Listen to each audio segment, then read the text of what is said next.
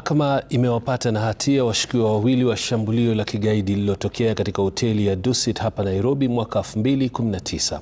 Hussein Mohamed Abdile Ali na Mohamed Abdi Ali wamepatikana na hatia ya makosa yote 21 ya ugaidi kufuatia idadi sawa ya watu waliouawa kwenye shambulizi hilo.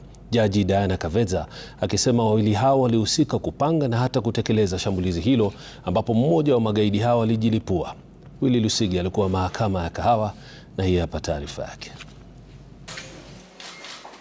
Baada ya miaka 6, hatimaye kesi dhidi ya washukiwa wawili wa uvamizi wa magaidi wa kundi la Al-Shabaab wa mwaka 2019 imekamilika. Mahakama ikiwapata na hatia ya makosa 21 Hussein Mohamed Abdile Ali na Mohamed Abdi Ali kwa kuhusika na shambulizi hilo. I reject their respective defenses and find them both guilty as outlined above and convict them accordingly. Wawili hao wakikabiliwa na mashtaka ya kupanga, kufadhili na kuwasaidia washukiwa 5 waliotekeleza shambulizi hilo, ikiwemo mashambulizi ya kujitoa muhanga kwa kusaidia kupata stakabadhi bandia ikiwemo vitambulisho vya shule za upili ili kuwawezesha kusafiri bila kutambulika. An act of facilitation means that the accused person must have done something that aids, assists, enables or supports the commission. Data za simu zikionyesha walipanga njama ya kutengeneza vitambulisho hivyo feki kupitia akaunti 2 tofauti za Facebook, huku ushahidi ukionyesha picha walizokuwa wanatumiana zinajumuisha sura za magaidi wawili miongoni mwa 5 waliohusika na uvamizi wa Dusit.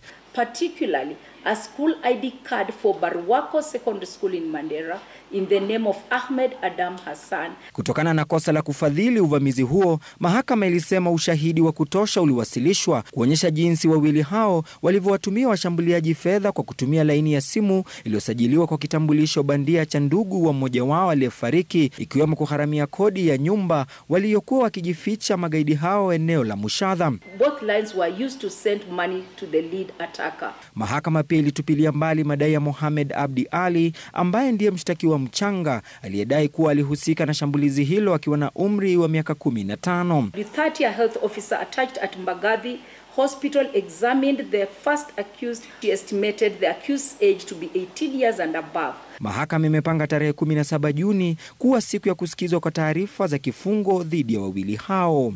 Willy Lusige, Runinga ya Citizen, Nairobi.